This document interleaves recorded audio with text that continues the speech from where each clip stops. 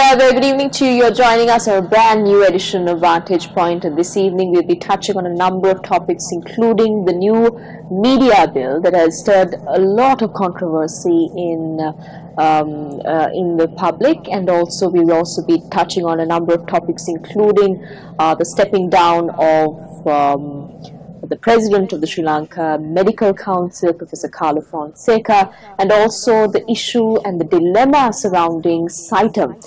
And also we'll definitely touch on a number of international topics as well, including the G20 and the record deal that Japan and the European Union struck over the weekend, and also, last but not least, Ivanka Trump's role in the G20 delegation. And to talk about that, we've got Dr. Vantage here with us. Thank you very much for joining us today. Thank you for having me. Well, first up, let's just touch on the most controversial topic of the week, which is the new Media Commission Bill, which has stirred quite a lot of talks and debates in the political arena and in the public domain as well.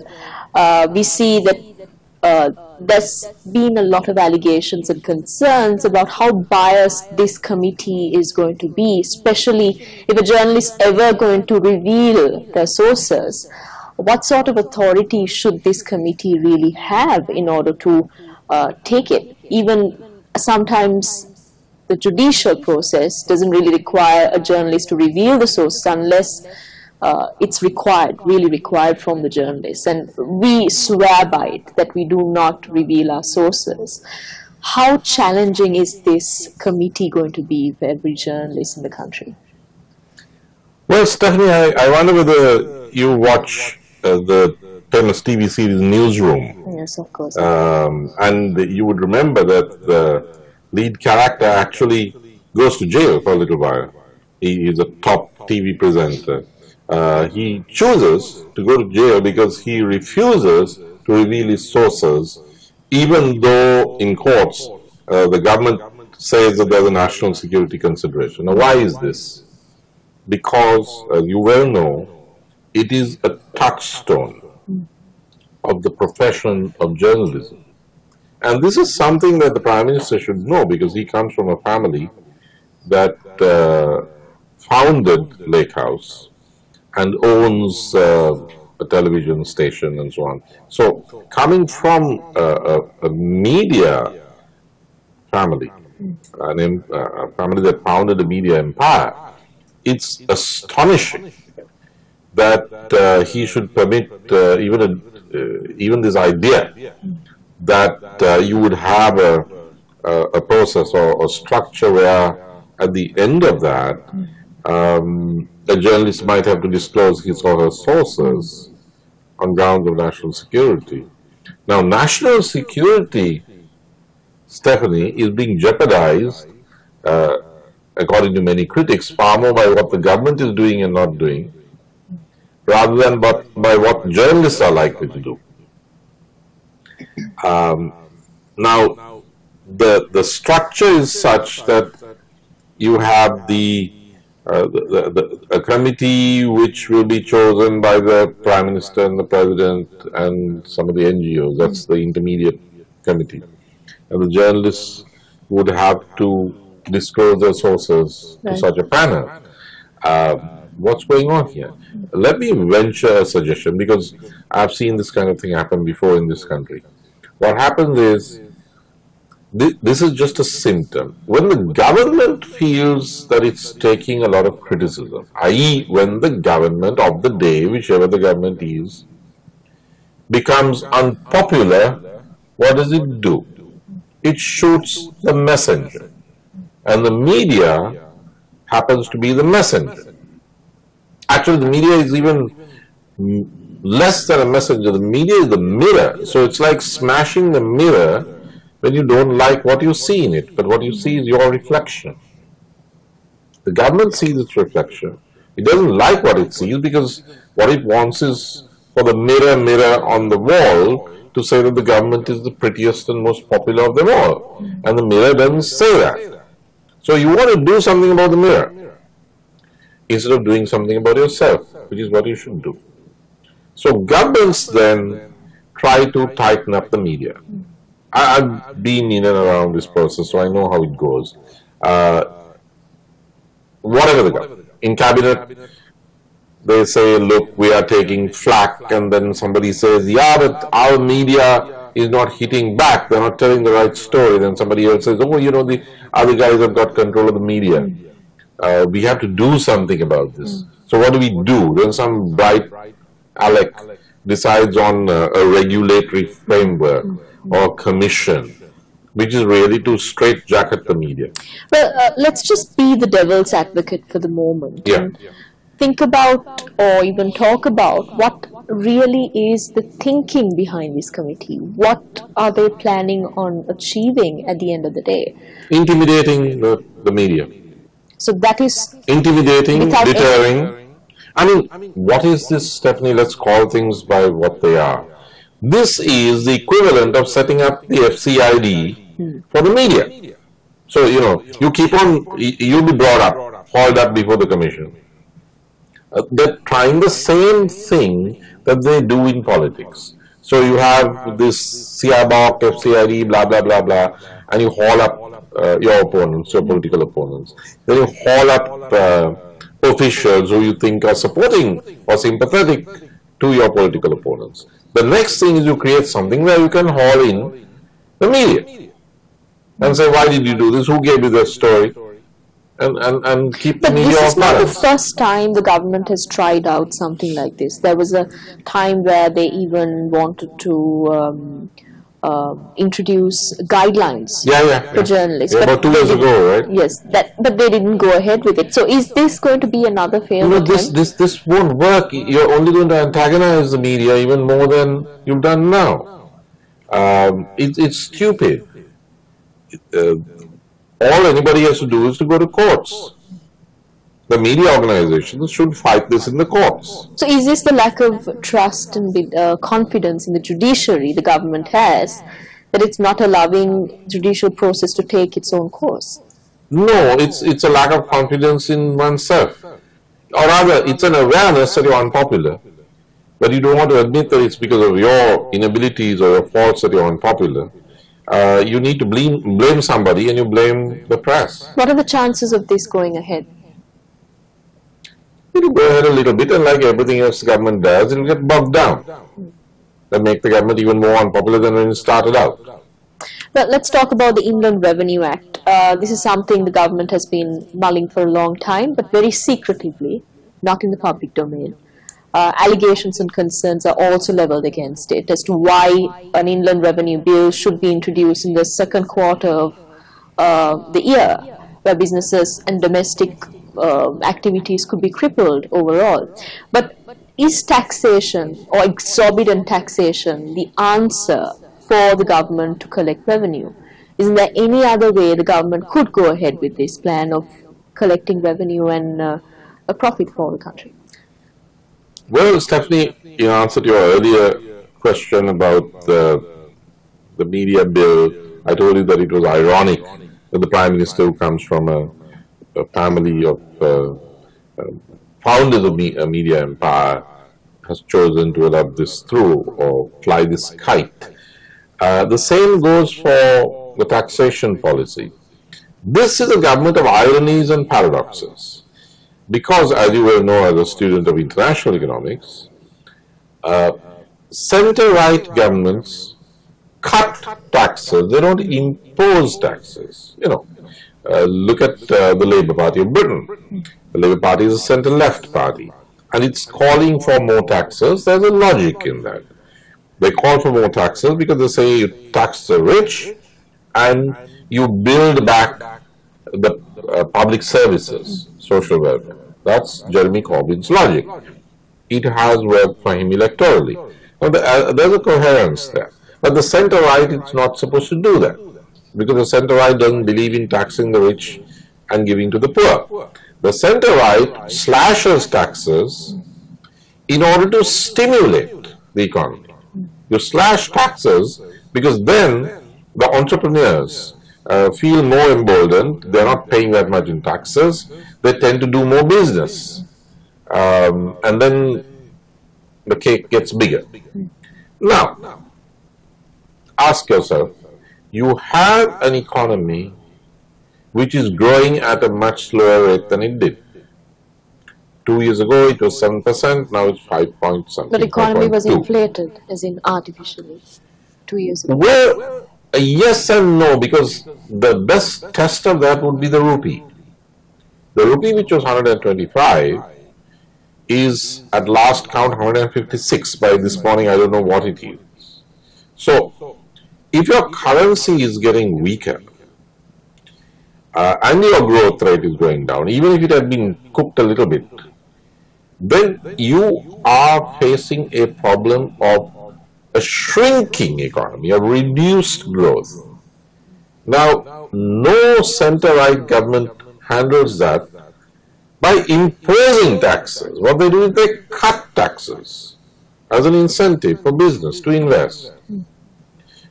This is a center-right government that is imposing heavy taxes and not even using it for social welfare as a Labour government in Britain would do were it to come into office. Now, what's happening is that this government is antagonizing social classes at both ends of the spectrum. The business class is being alienated because of the heavy taxes. The consumers are being alienated because they pay heavy taxes too. Some of these are indirect taxes. And the trade unions and the students and everybody else tend to be alienated because they accuse the government of wanting to privatize public sector enterprises and of cutting back on social welfare. Hence the dengue epidemic and so on and so forth. So it's really zany, Right. because you neither have a happy business class, Right. nor do you have a happy working class. Well, the government really putting itself at risk by being more accountable for the people's money, by even going a step forward and saying, yes, we are going to impose exorbitant taxes on people? Will that put the government in a spot where it will be more accountable than it was, because it is collecting a lot of money from the people? We'll get back to that after this short commercial break.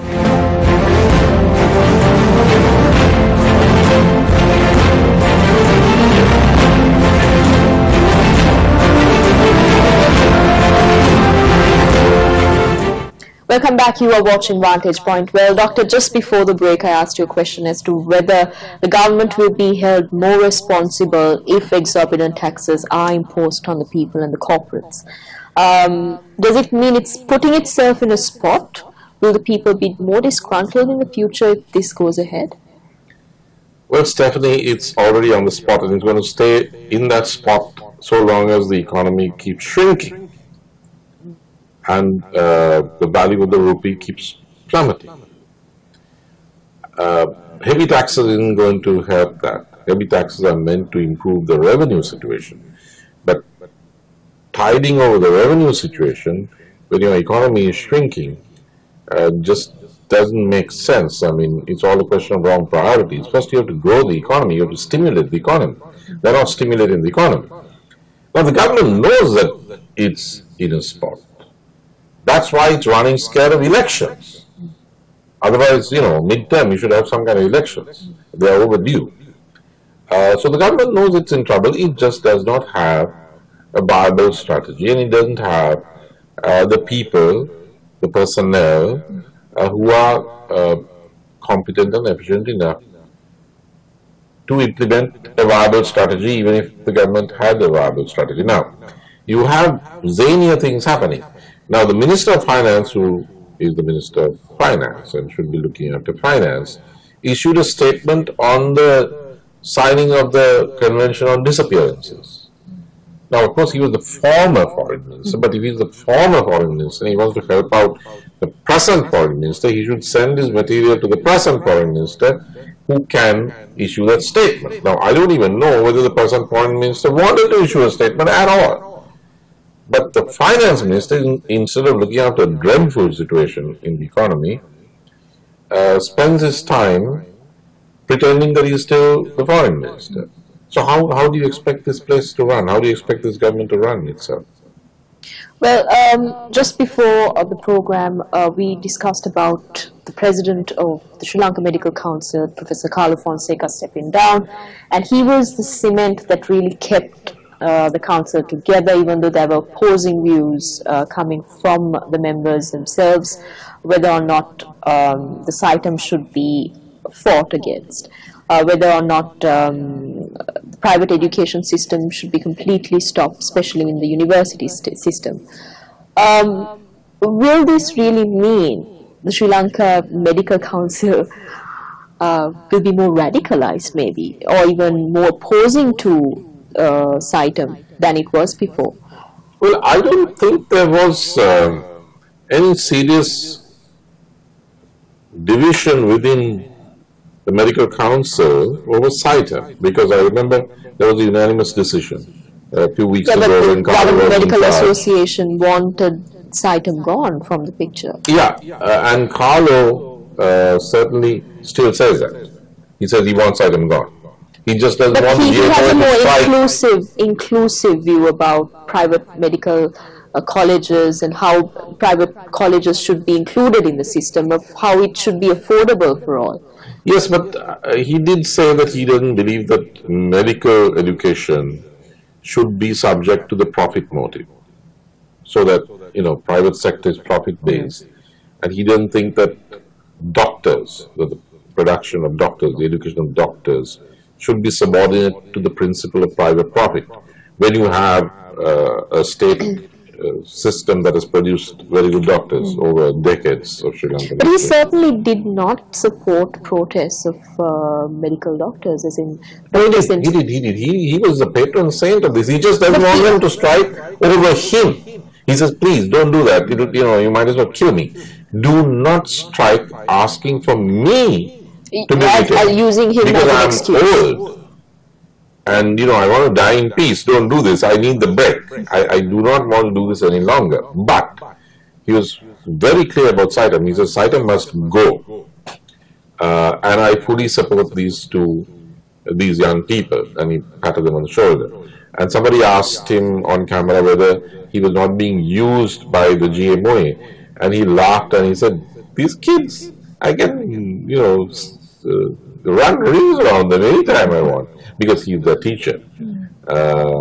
It's possible that the Sri Lanka Medical Council will now be headed up by a senior professor who has a softer view on CITEM than Professor Carlo Fonseca. But whether that person will be able to carry the rest of the medical council with him is open to question, because though Carlo has left the stage, Carloism remains. I mean, everybody knows what he has to say. His thinking will probably remain. In any case, Stephanie, things have moved way beyond that. What I saw on television was something very interesting. Guys who hardly talk to each other because they've split off from each other's parties were together. The JVP, represented by Lal Kanta and Vasanta Samarasinghe, the trade union bosses. The frontline socialists, represented by Duminda Nagamua, who was a very articulate former student leader. The joint opposition, led by or represented by the trade union guy, a very old guy, I can't remember his name. They've all got together. Now, this is new and it's big. Of course, they used to be on the same stage together, but now they formed an organization, and they're going to have a big convention on the 20th of July against CITEM. And they're all kind of militant. The GMOA was, of course, there. And what the JVP and the FSP, which, as I said, are rivals, united in saying was either CITEM goes or you will find that this government goes. Now, I'm listening to all of this, and I remembered what happened in the 1980s when you had a UNP government, not a coalition, that was much stronger. Right. A 5/6 majority in the parliament. President Jayawardena.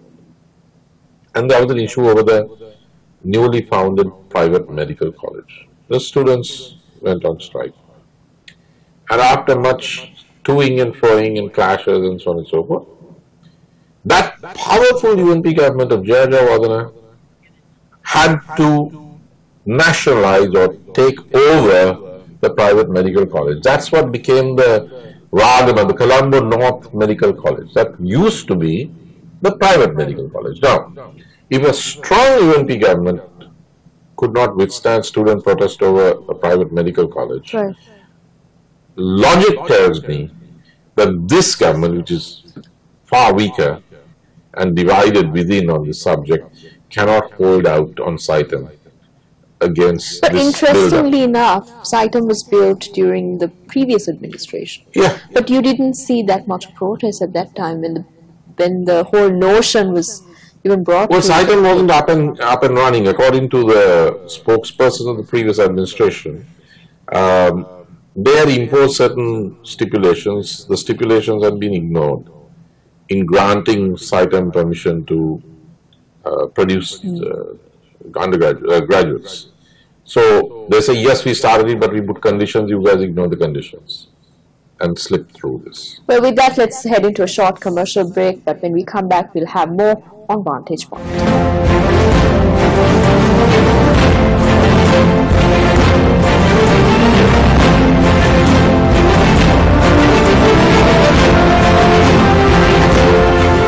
Welcome back. You're watching Vantage Point. Well, Doctor, the Constitution. This has been a topic that was taking the rounds for quite a long time. It was in the talks, it was on the table, but then later it disappeared. It was brought into Parliament. The opposition leader had questioned about it. Many other members of Parliament had questioned about it, and slowly it slipped under the carpet. But what is happening right now? What's the new update? Why is there so much of division in order to bring in the Constitution? Well, it depends on who you're talking to, because according to the Prime Minister, there is no document that has been produced, only 6 reports of subcommittees. According to Mr. Sumandaran,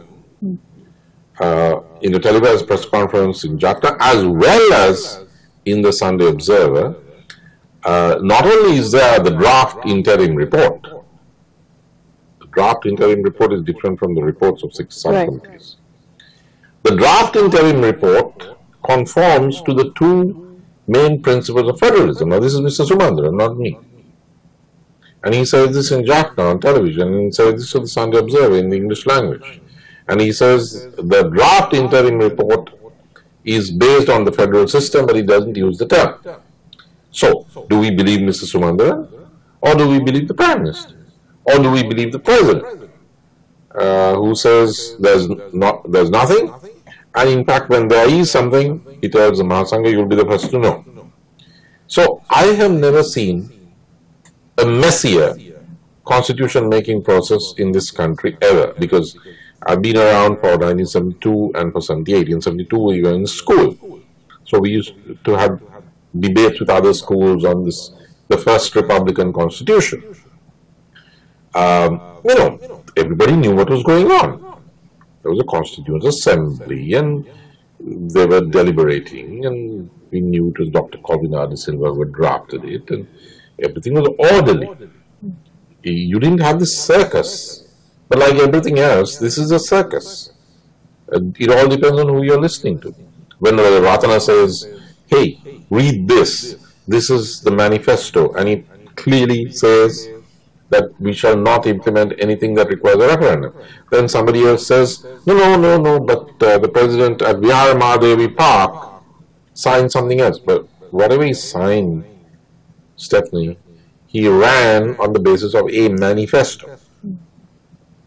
And according to Venerable Ratana, that manifesto says the opposite of what some people say the mandate he obtained. So if they can't decide among themselves, what do you expect the rest of us to do except watch the fun? Well, there has been major developments in the international arena. The ISIS, after 9 months in one of the biggest cities and biggest strongholds in Iraq, was captured, that is Mosul, and the ISIS in that area were defeated. but there's been a lot of celebration in Iraq itself and the world over.